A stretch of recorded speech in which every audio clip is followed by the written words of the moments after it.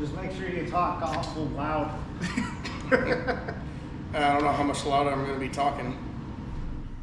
Well, Merry Christmas, everybody. This was supposed to be a live, and YouTube says in 24 hours you can have live. This is what happens when you're new and you just start out. You don't know what you're doing. And I am very thankful for the 181 subscribers. Can we reach 200 by the end of next year? As you guys seen in the last video, I had one of my dogs pass away. Unfortunate situation. We had the wife's car break down. We were out shopping for a new vehicle for her. Came back. I came out here to see if Eric was doing all right. The dog didn't seem to want to move from the back door, and I should have thought about something with that before, but when we got him to the emergency vet, he didn't make it. They told me that it didn't matter if I would have brought him in earlier. There was nothing they could have done. He had a ruptured cyst, or no, not a cyst. What's it called? My mind's drawing a blank now. I'm not in the medical field at all, so. Well, anyways, there was something on his heart that ruptured, a tumor. There we go, tumor ruptured. And basically, there's nothing they could have done. And so it's been a rough December. As you see, the last video was from the beginning of December. But this is Christmas Eve. Yep. Eric has some kind of cold, so I don't know if you guys can hear him with the camera being over there. I don't have those fancy mics that people use all the time. So maybe one day we'll get lucky enough and get those. Well, I do, but they don't work with these cameras. Oh, that sucks. The Scion is back together. He's got the stock suspension back on it. He's putting an AC charge in it currently, waiting for that. And I basically just wanted to come up with a live and have people ask questions about things, but here we're going to have to come up with our own questions. Like, what's going on with the Escort so far? The engine is going together slowly because I have to buy parts for it, and sourcing these parts is not cheap. So I'm basically buying one part at a time for this thing. And Matt is finding out what it costs and the pain that it costs for me to rebuild the Subaru, because I think the Subaru, I don't know, have the exact total, but it was about $5,000, and Matt's getting very close to that. Yeah, I'm about 2,000 into it right now. So Matt is finding out how painful it is to do a performance budget build. It's not easy. No, it's not. No. I'm probably gonna next month, with the Scion out of here, start working on removing dents of the hood. I looked into doing a carbon fiber skin, so using the stock steel frame, but putting a copy of the hood on it that's carbon fiber, and that's over $1,000 just to do that. So it's like everything that I need for this car, it's almost become a boat. Bust out another 1,000. Yep, I have one of those. I know what that's like. I just ordered a Boundary oil pump for the BP engine today, so won't see that probably for a while. Yeah, because if you remember in the last video, I think you showed it, there's apparently a different size crankshaft that these motors can have. Yes, there's a small nose and a large nose. The rusty block sitting over there is a large nose. And the BPT is a small nose. Didn't even think about that when I ordered a new oil pump for this thing. I didn't even know that was a thing. And of course I can't send it back because it's too late. Yeah, throw it up on Facebook Marketplace. Maybe you'll get lucky. Yeah. Kind of like the stock engine from the Escort that's still sitting there. You know, there's been a few times I've been on Facebook Marketplace and I've seen your posting. I've thought about messaging you just to screw with you. You know, I can tell it's you. I know. I still just screw with you and be like, is this still available? But I got the valve cover back. It actually looks really nice. I'm gonna make a short of this so you guys can actually see it better, but instead of polishing it like I wanted to, I actually got it powder coated, and the purple the guy had is damn near spot on. I mean, it's gonna be too close to tell if there's a difference. Try to lightly put that back. And then I wanted to get adjustable cam gears.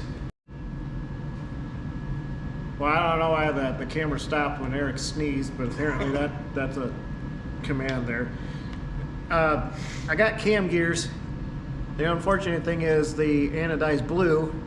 I could not send these out to my powder coater guy to get them the same purple, so I'm just gonna have to deal with it.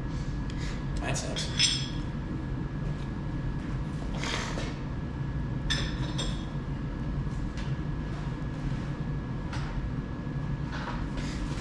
And then there's this promotion for these grip lock ties. I was really hoping I got $1,000, but all I got was $1. So I got $1. Yay, yay, yay.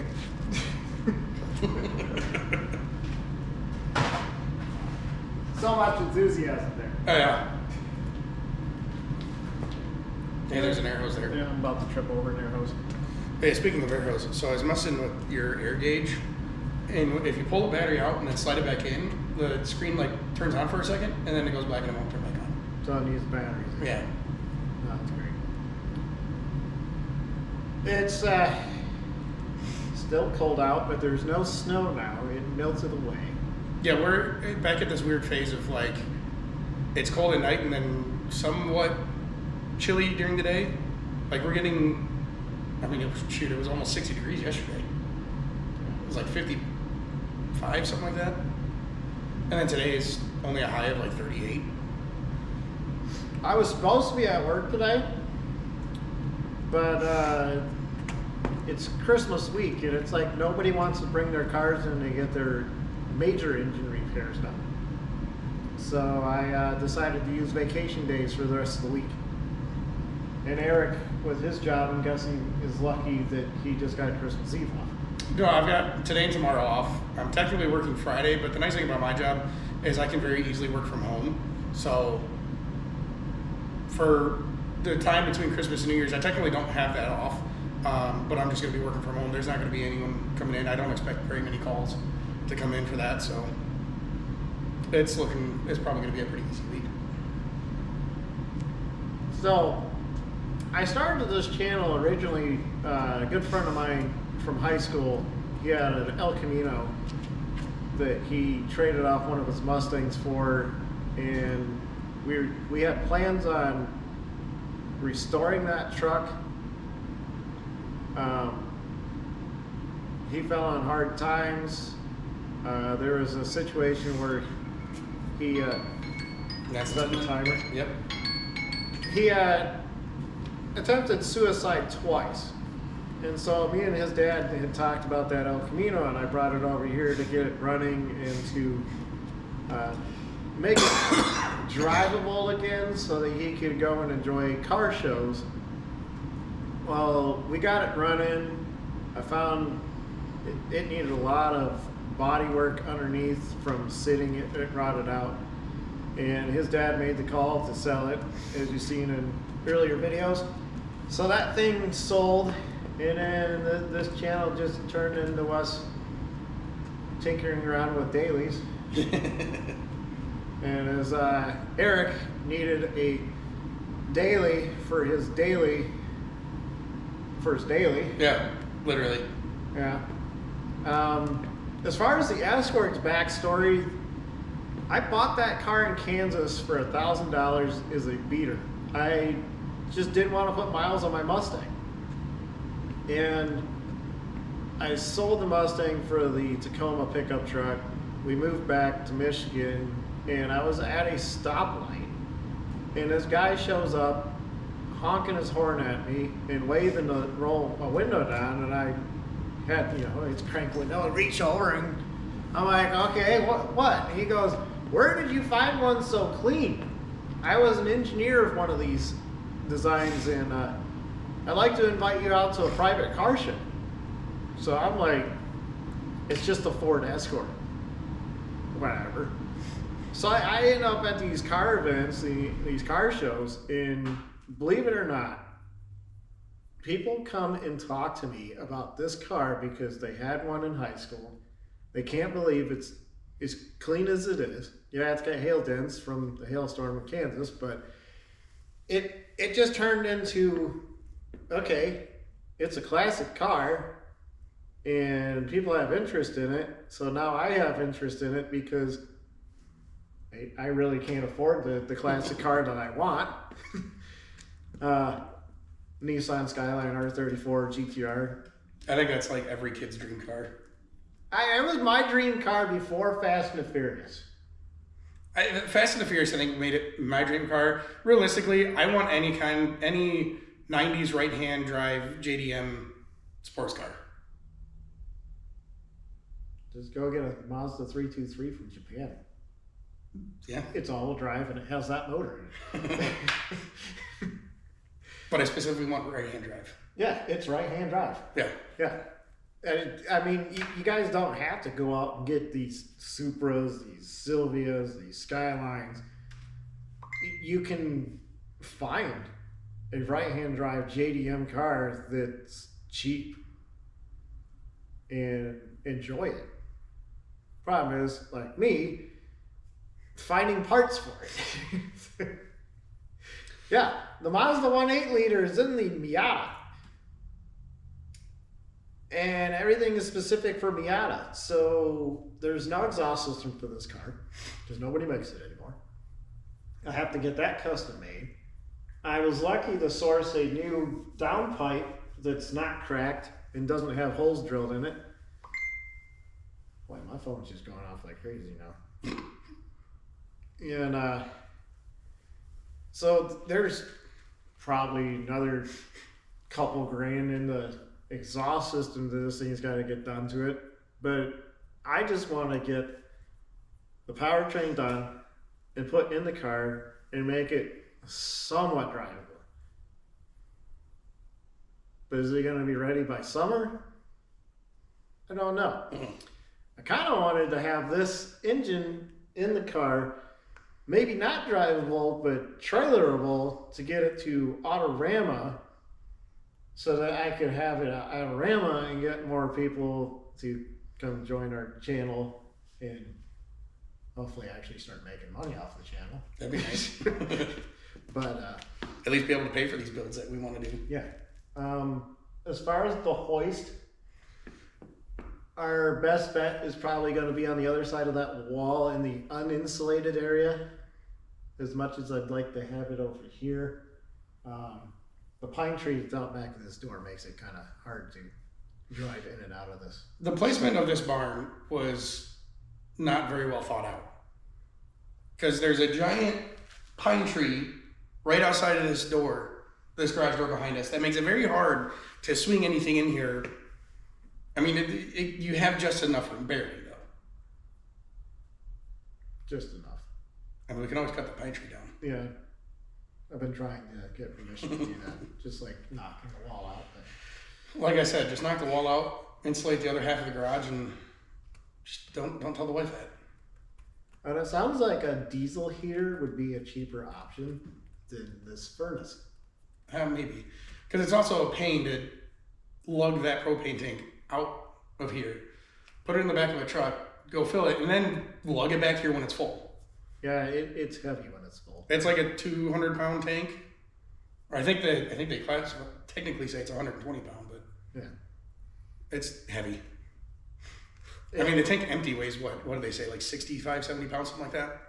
The lights up there that he originally put in this, the previous owner, I've been trying to swap them over to LEDs, and I kind of got stopped on that because the budget wise, things got expensive in the last 3 years. Yep.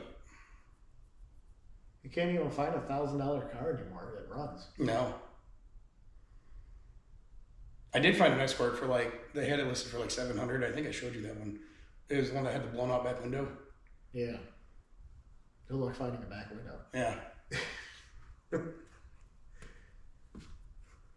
But let's see, I need charge pipes, unless I can just have those sent out to that powder coater guy and have him fix those up. I had some other stuff.